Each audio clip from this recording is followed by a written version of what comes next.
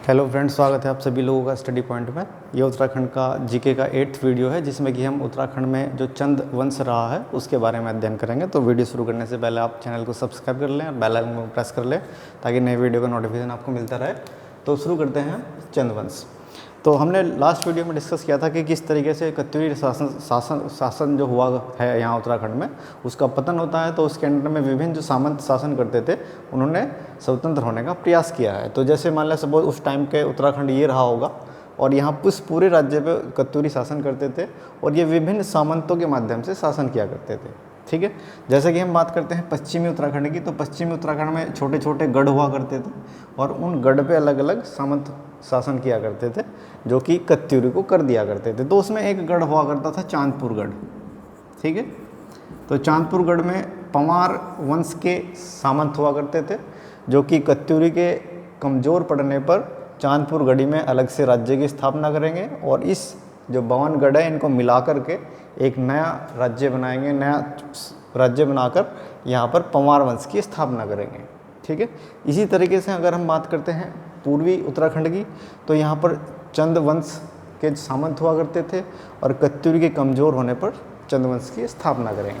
ठीक है, ऐसे ही जो बॉर्डर वाला एरिया था नेपाल से, जो बॉर्डर वाला एरिया था पिथौरागढ़ वाला एरिया और जो नदी है काली नदी के पार वाला एरिया, तो जो पिथौरागढ़ वाला एरिया है उसको कहा गया है सीरा और जो पश्चिमी नेपाल वाला एरिया है उसको कहा है टोडी।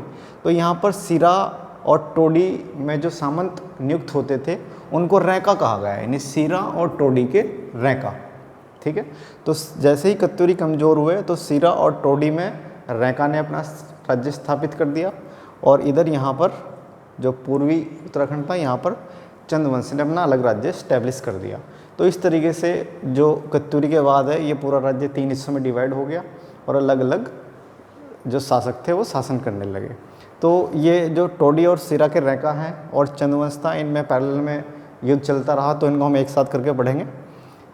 तो शुरू करते हैं हम चंदवंश।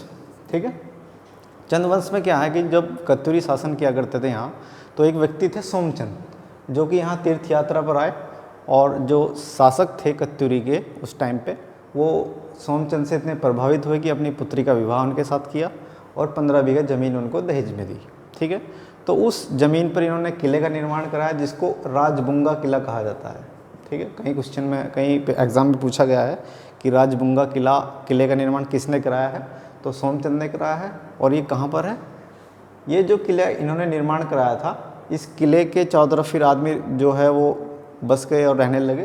तो ये जो जगह थी वो चंपावत नाम से फेमस हुई और ये राजबुंगा किला हमारा वर्तमान में चंपावत में है जिसका निर्माण सोमचंद ने कराया था। तो इस तरीके से इन्होंने एक अलग छोटे से राज्य की स्थापना की या क्षेत्र की स्थापना की सोमचंद ने। तो हम कह सकते हैं कि चंद वंश के जो संस्थापक हैं वो सोमचंद हैं। ठीक है, तो उसके बाद एक और इसमें कई सारे राज्य वो हुए हैं राजा, तो उसमें जो प्रमुख राजा हुए हैं उनकी हम यहाँ पर चर्चा करेंगे और उनके द्वारा जो किए गए कार्य हैं उनका अध्ययन करेंगे। कई बार इससे रिलेटेड क्वेश्चन एग्जाम में पूछे गए हैं। तो उसके बाद एक प्रमुख राजा हुए हैं थोहरचंद। ठीक है, तो कई इतिहासकार थोहरचंद को चंद राज्य का स्थापना करने का जो श्रेय है वो प्रदान करते हैं, लेकिन जो वंशावली प्राप्त हुई है चंद वंश की उसके अकॉर्डिंग थोहरचंद का जो स्थान है वो 23वां आता है। ठीक है, तो अगर क्वेश्चन एग्जाम में आता है और उसमें ऑप्शन सोमचंद और थोहरचंद दोनों दिए जाते हैं तो जो संस्थापक होगा चंद वंश का वो सोमचंद होगा। अगर सोमचंद ऑप्शन में नहीं आता है तो हम कह सकते हैं कि थोहरचंद ने इसको स्थापना की है चंद वंश की। ठीक है, तो उसके बाद बहुत सारे राजा हुए इस बीच में और इसमें प्रमुख राजा हुए हैं गरुड़ ज्ञानचंद। ठीक है, जो कि 1347 से 1419 तक शासक रहे हैं चंदवंश के। ठीक है, इन्होंने क्या किया इनके काल में, जैसे ये जो सीरा और टोडी के जो रैका होते थे, ठीक है, इनके सीरा और टोडी जो राज्य था हमारा, इनके जो अभिलेख प्राप्त हुए हैं, शिलालेख जो प्राप्त हुए हैं उसमें रिपुमल, आनंदमल, राईमल और भूपति के अभिलेख प्राप्त हुए हैं। ठीक है, इनमें जो सबसे जो पुराना अभिलेख है वो रिपुमल का है। ठीक है, तो इन अभिलेखों से हमें जो अभिलेख प्राप्त हुए हैं इनसे हमें पता लगता है कि जो चंद वंश था वो टोडी और सीरा के रैका के अधीन रहा होगा।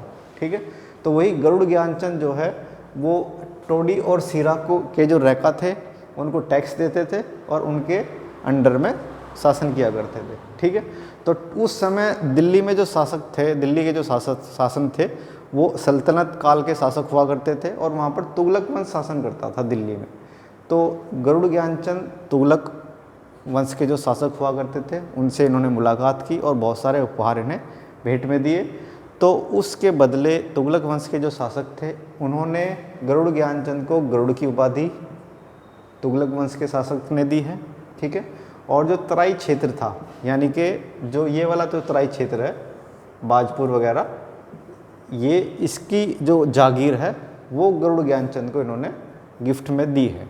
ठीक है, तो कई बार क्वेश्चन ये आया है कि भाई तुगलक वंश से किस चंद्रवंश ने मुलाकात की है, तो गरुड़ ज्ञानचंद वो व्यक्ति थे जिन्होंने तुगलक वंश के शासकों से मुलाकात की है और तराई वंश की जागीर प्राप्त की है। तो इस तरीके से हम कह सकते हैं कि टोडी और सीरा के रैका के अधीन रहते हुए भी चंद्रवंश का जो प्रसार है, जो विकास है वो हुआ है। ठीक है, क्योंकि उन्हें तराई क्षेत्र की जागीर मिल गई तुगलक वंश से। ठीक है, उसके बाद उनके पुत्र राय या बहुत कोई और राजा रहे, वहाँ पर उनमें प्रमुख मिलते हैं हरिचंद। ठीक है, हरिचंद ने क्या किया, जो बालेश्वर मंदिर है उसका जीर्णोत्थान कराया है और किसकी हेल्प से कराया है, वो कुंज शर्मा की हेल्प से कराया है। ठीक है, उसके बाद नेक्स्ट जो प्रमुख राजा रहे हैं वो हुए हैं भारती चंद। ठीक है, जिन्होंने सबसे पहले जो चंद्रवंश था, हम जानते हैं कि टोडी और सीरा के रैका के अधीन था। ठीक है, तो सबसे पहले भारती चंद ने चंद्रवंश जो टोडी और सीरा के रैका थे उनको कर देना बंद कर दिया, यानी कि अपने आप को स्वतंत्र राज्य की तरह घोषित कर दिया भारती चंद ने। ठीक है, उसका परिणाम क्या हुआ कि जो टोडी और सीरा के रैका थे उन्होंने चंद्रवंश पर आक्रमण कर दिया। ठीक है, अब ये जो टोडी और सीरा के आक्रमण था ये लगभग 12 वर्षों तक चलता रहा। टोडी और सीरा के जो रैका थे भारती चंद के साथ 12 वर्षों तक युद्ध चलता रहा। ठीक है, तो उस युद्ध में क्या हुआ कि जो टोडी और सीरा के रैका थे वो पराजित हुए और भारती चंद इसमें विजयी हो गए। ठीक है, तो इस तरीके से एक महत्वपूर्ण युद्ध इन्होंने अपने काल में लड़ा है भारती चंद ने, और सबसे पहले अपने आप को टोडी और सीरा के रैका से स्वतंत्र घोषित कर दिया। ठीक है, उसके बाद इनकी काल में एक प्रमुख जो जाति थी नायक जाति, उसकी उत्पत्ति हुई है। कुछ इतिहासकार मानते हैं कि जो नायक जाति थी वो जो चंद सैनिक हुआ करते थे उनकी अवैध संतान थी, क्योंकि 12 साल तक युद्ध चलता रहा। तो हम कह सकते हैं कि नायक जो जाति की उत्पत्ति है वो भारती चंद के काल में हुई है। ठीक है, उसके बाद भारती चंद के बाद चंद्रवंश की जो शासक हुए हैं वो हुए हैं रत्नचंद। ठीक है, तो रत्नचंद का जो काल है वो 1450 से 1428 तक रहा है। तो जैसे ही हम यहाँ देखते हैं कि टोडी और सीरा के जो रैका थे वो भारती चंद से पराजित हो गए, तो इनकी जो समृद्धि थी उसमें बहुत ही ज़्यादा गिरावट आई। और टोडी और रैका के एक जो लोकल लीडर हुआ करते थे नागमल, उनके नेतृत्व में टोडी और सीरा में विद्रोह हुआ, और जो शाही शासक हुआ करते थे टोडी और रैका के, उनको इन्होंने अपदस्थ करके एक नए राज्य के नए शासक जो है वो नागमल टोडी और सीरा पर स्थापित हो गए। ठीक है, तो जो टोडी और सीरा के रैका थे जो शाही शासक हुआ करते थे, उन्होंने क्या किया, वापस रत्नचंद जो चंद राज्य था उसमें जाकर शरण वापस ले ली। ठीक है, तो रत्नचंद ने टोडी और सीरा के जो शाही वंश हुआ करते थे उनकी मदद करते हुए जो नागमल जिनके नेतृत्व में यहाँ विद्रोह हुआ था उनके ऊपर फिर आक्रमण किया है और नागमल को पराजित करते हुए वापस शाही जो रैका थे उनको इन्होंने नियुक्त कर दिया। तो इस तरीके से पहली बार टोडी और सीरा के जो रैका थे वो चंद्रवंश के अधीन आ गए रत्नचंद के काल में। बहुत ही इम्पोर्टेंट है। ठीक है, पहले नागमल के नेतृत्व में यहाँ विद्रोह हुआ जिससे कि शाही जो वंश था टोडी और रैका सीरा का वो अपदस्थ कर दिया गया। उसने शरण ली रत्नचंद के यहाँ और रत्नचंद ने वापस नागमल पे आक्रमण किया है और नागमल को हराकर वापस जो शाही वंश था टोडी और सीरा का उसको दोबारा से राजा बनाया और उसको अपने अंडर में लेकर कर लेना स्टार्ट किया है। तो सबसे इम्पोर्टेंट घटना है रत्नचंद के काल की कि टोडी और सीरा के जो रैका थे वो चंद्रवंश के अधीन आ गए। ठीक है, उसके बाद शासक हुए हैं कीर्तिचंद, उनके पुत्र थे रत्नचंद के, जिनका काल है 1428 से 1503। ठीक है, तो इनके काल में क्या, जैसे ही रत्नचंद की मृत्यु होती है, जो टोडी और सीना के रैका थे जिनको दोबारा से इन्होंने नियुक्त किया था, उन्होंने स्वतंत्र होने का प्रयास किया है। और फिर एक युद्ध हुआ है कीर्तिचंद का टोडी और सीना के रैका के साथ, जिसमें कि रैका पराजित हुए और ये विजयी हुए हैं कीर्तिचंद। ठीक है, तो उसके बाद एक और प्रमुख शासक हुए हैं भीष्मचंद। बीच में बहुत सारे शासक हुए हैं लेकिन उनकी कोई प्रमुख घटनाएं नहीं है, इसलिए उनको छोड़ दिया गया। तो भीष्मचंद हुए हैं 1555 में और 60 तक इन्होंने शासन किया है। इन्होंने सबसे पहले क्या किया कि ये बहुत जो राज्य था, जो चंद वंश के अधीन राज्य था, ये एक बहुत बड़ा राज्य हो गया था। और इनकी जो राजधानी थी वो क्या थी, जो स्थापना स्टार्टिंग में हुई थी राजबुंगा किले की चंपावत में, तो राजधानी भी इन्होंने वही बना रखी थी चंपावत में।